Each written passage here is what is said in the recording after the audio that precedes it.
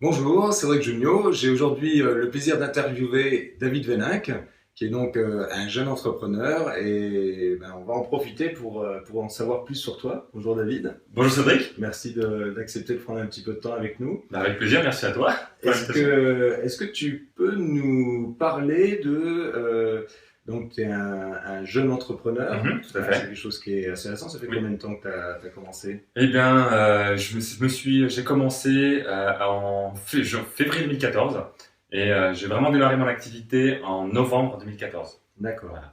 Et qu'est-ce qui t'a amené à vouloir justement entreprendre? Hmm. Eh bien, c'est une bonne question. À la base, ce qui m'a amené à vouloir me lancer dans l'aventure entrepreneuriale, c'est avant tout la recherche de sens, en fait, Mhm, puisque ça fait plus de 12 ans que je suis dans les métiers de la vente. mhm, Un métier que je trouve passionnant, mais au final, qui ne me remplissait pas totalement dans mon mhm, envie de me réaliser. Et la réalisation de soi est pour moi un sujet primordial.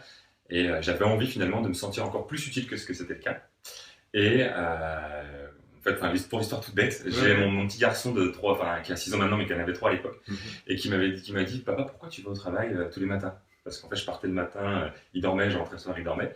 Et je lui ai répondu machinalement, parce que pour avoir une maison, pour avoir une voiture, pour acheter des jouets, il faut de l'argent.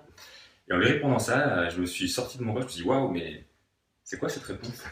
C'est ça que tu as envie de donner en fait, à ton fils comme vision? Et je me suis dit, waouh, je savais que ça faisait déjà du temps que j'avais envie de me réaliser encore plus dans ce que j'avais envie de faire. Et là, ça a été l'élément déclencheur. J'ai dit, ok, là, il faut vraiment faire des choses. Ça a mis un petit peu plus de temps encore, mhm, mais ça a murmuré dans mon esprit. Mais c'est vraiment cette envie de pouvoir être plus utile mhm. dans le cadre de mon activité. Et le fait de passer justement dans cette nouvelle manière de faire, Mhm. qu'est-ce que ça a transformé dans ta vie? Euh, la première chose que ça a transformé, c'est sur l'énergie que ça m'apporte en fait au quotidien. Mhm, Puisque me lever le matin en me disant je sais pourquoi je me lève, je sais que ce que je fais c'est utile aux autres, mais c'est aussi parce que pour moi c'est important ce que je fais, je suis mhm, aligné par rapport à ce que j'avais envie de faire, et surtout je me dis que si chaque jour je me couche en me disant que j'ai passé une bonne journée, que ce que j'ai fait ça rejoignait ce qui était important pour moi, je peux mhm. me retourner à l'âge de 80 ans en me disant ok, c'est bon, l'entreprise que j'ai mise en place, la vie que j'ai Entreprise, ouais. entreprise, pardon, eh C'est bien elle est ok, et je me suis réalisé. chouette. Et du coup, tu t'as entrepris dans quel domaine? Alors, j'ai entrepris un domaine qui est à la jonction de ce qui me passionne et de mon savoir-faire, Mhm, qui est aussi en fait une passion au final, parce que pour moi, euh, ce que je trouve passionnant dans la vie, c'est de voir justement des entrepreneurs comme mhm, d'autres entrepreneurs qui sont motivés, qui passent à l'action, qui font les choses, et ça m'a toujours fasciné. Et moi, j'ai beaucoup travaillé sur ça, justement, sur le passage à l'action, sur le développement de la confiance en soi, pour faire ce qui est important pour soi. mhm, Et donc ça, c'est la partie passion, la partie cœur. Et la partie savoir-faire, donc c'est mon métier de commercial, ingénieur d'affaires, mhm, qui finalement m'a permis de me rendre compte que la vente, mhm. c'est vu par beaucoup de personnes comme quelque chose d'un petit peu négatif. Oui, en tout cas, pour certaines personnes, la vente, c'est un peu un gros mot, et pas pour moi.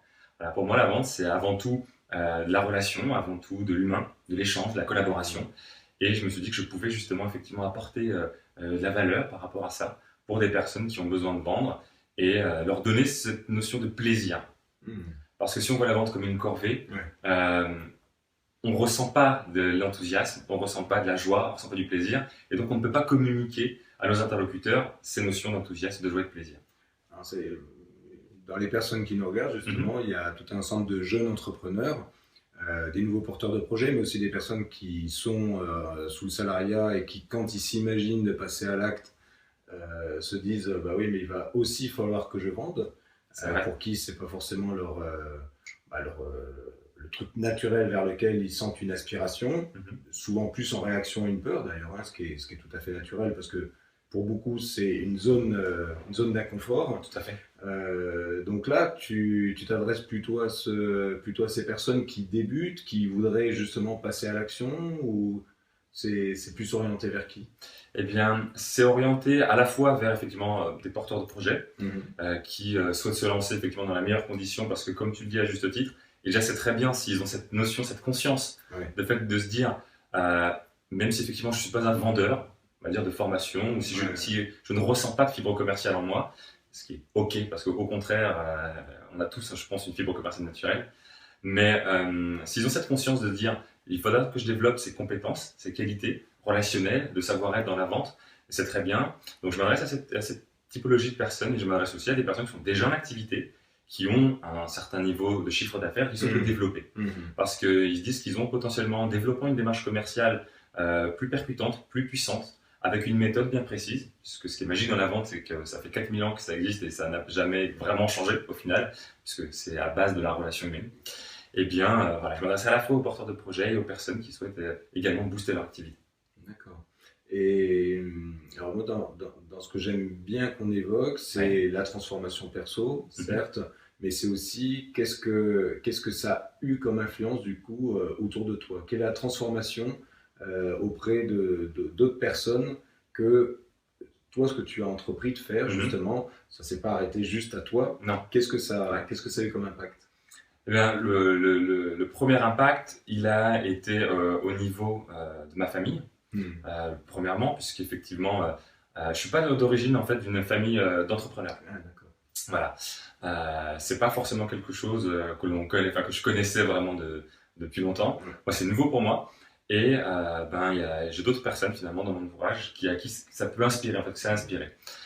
Des personnes qui ont plus suivi finalement ce qu'ils avaient envie de faire, ce qui était important pour eux. Donc ça, c'est le premier point. Et le deuxième point qui m'a marqué en fait au départ, c'est au niveau de mes clients aussi. Ça a permis d'avoir l'information, non pas seulement sur la partie de la démarche commerciale, mais aussi plutôt sur la partie d'inspiration du fait que je me lance en entrepreneuriat. Parce que j'ai une partie de mes clients, mon activité a démarré en novembre et j'ai pas du tout caché que c'était une activité nouvelle. Au contraire, bien sûr. J'ai annoncé effectivement que ce que je souhaitais faire, c'était lancer l'activité et pouvoir la développer. Et ça a permis d'inspirer finalement mes premiers clients qui m'ont suivi pour ça. Au-delà du contenu que j'étais en mesure de leur apporter, au-delà de la valeur que j'étais en mesure de leur apporter, ils m'ont suivi parce qu'ils se sont dit waouh, je me vois finalement dans le parcours et j'ai envie finalement de pouvoir suivre ce développement-là aussi. Voilà. Donc c'est l'authenticité en fait. Tout à fait, exactement. J'étais simplement peut-être effectivement sur la partie entrepreneuriale un pas en plus par rapport à eux, ne serait-ce qu'un pas devant. Et ça leur a permis effectivement de dire tiens, est-ce qu'on peut pas faire ce chemin ensemble? Je peux leur apporter de la valeur sur leur démarche commerciale, mais au-delà de ça, eh bien, on peut finalement co-créer de la valeur sur la partie entrepreneuriale. Voilà. Super, merci. Quel conseil tu donnerais à quelqu'un qui justement se pose la question de se lancer dans l'entrepreneuriat au sens large, parce qu'il y a plusieurs manières d'exprimer l'entrepreneuriat. C'est pas forcément de juste faire une société, on peut entreprendre au travers d'une association ou d'autres choses. Même en entreprise. Absolument, on appelle souvent l'intrapreneuriat, c'est toujours le même mélange justement que tu exprimes. Qu'est-ce que tu pourrais donner comme conseil à quelqu'un qui justement se pose des questions sur savoir s'il va suivre cet élan? Pour moi, le fait de se lancer effectivement dans cette aventure, comme tu disais, que ce soit en intra ou dans la création d'entreprise ou autre chose, ou partir en voyage, ou peu importe, créer son projet de vie ou autre, à mon sens, l'élément fondamental, c'est la notion du pourquoi. C'est de savoir qu'est-ce qui au départ finalement motive ce désir de se lancer dans l'aventure. Et alors moi, ce qui a été le moteur, plutôt que je peux témoigner plutôt par rapport à mon expérience à ce niveau-là, c'est la question entre guillemets du prix à payer si je ne le faisais pas. Parce que moi, ça a bouillonné un petit peu en moi depuis quelques années et plus le temps passait, plus finalement je sentais que ça devait s'exprimer d'une manière ou d'une autre.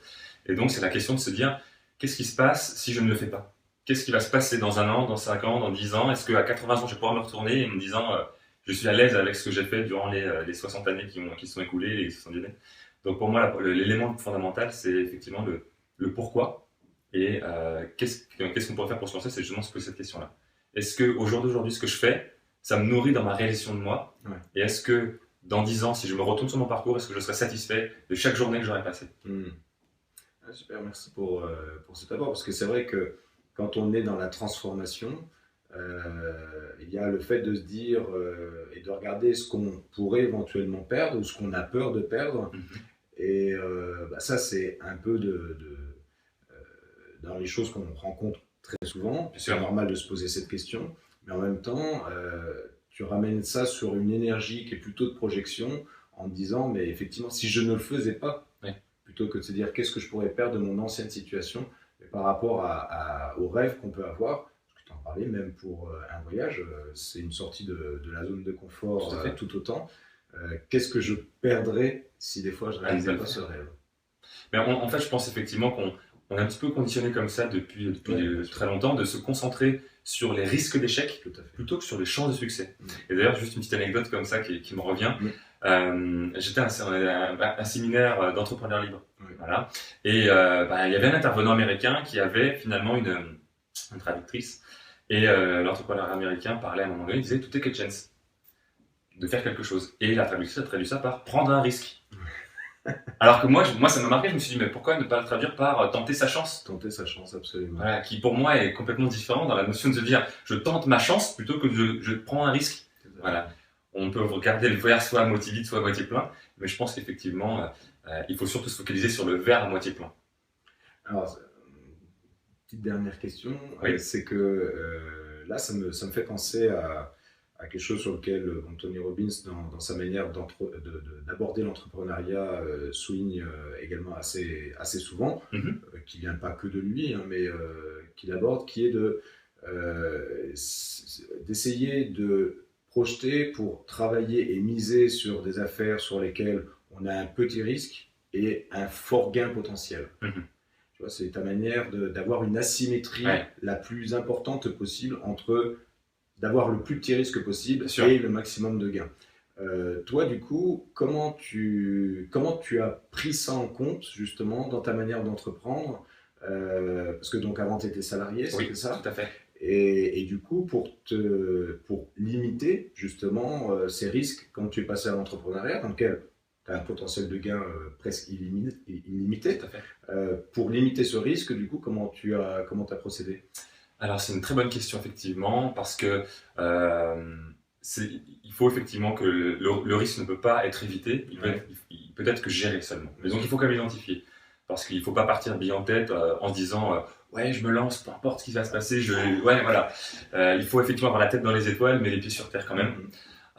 Donc, moi, j'ai géré ce risque-là de deux manières. Premièrement, c'est le fait de me dire que je ne peux pas démissionner de mon travail, parce que sinon j'ai plus de revenus, et alors j'ai une femme et 3 enfants, donc je ne pouvais pas faire ça, c'était pas dans ma stratégie. Donc la première chose que j'ai faite, c'est de pouvoir demander en fait une rupture conventionnelle pour bénéficier quand même des 2 ans finalement de l'accompagnement par Pôle emploi. Tout à fait. Voilà. Ça c'est la première chose.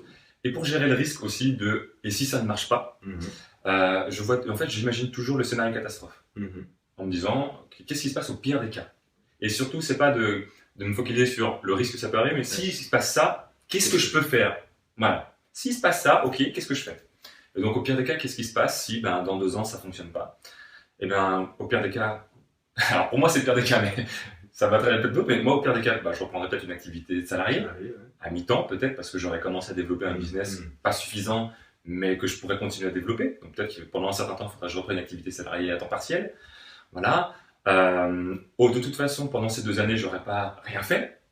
Donc j'aurais créé des actifs, j'aurais appris des choses, j'aurais développé des compétences, j'aurais rencontré des gens. On s'est rencontrés à cette occasion, donc on crée de l'actif, on crée de la ressource, on crée du réseau, et donc au final tout ça, ça servira plus tard aussi. Donc même si le résultat n'est pas au rendez-vous, l'objectif de ce projet, il sera atteint. Parce que, alors, il y a un monsieur qui a une entreprise de 600 personnes, très avancé dans le collaboratif, qui a dit une chose un jour, un séminaire auquel j'ai assisté de lui, que j'ai trouvé génial. Et pourtant, je suis quelqu'un de très cartésien, rationnel, les objectifs SMART, où il faut que ce soit spécifique, mesurable, etc. Il a dit une chose qui m'a marqué, c'est que pour lui, un objectif ne doit pas être chiffré.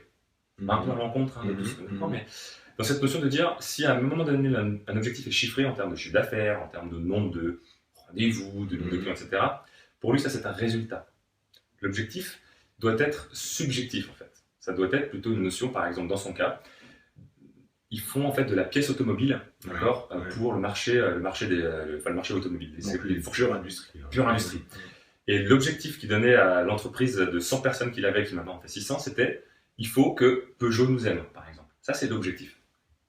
Donner une vision. Voilà, c'est un pourquoi.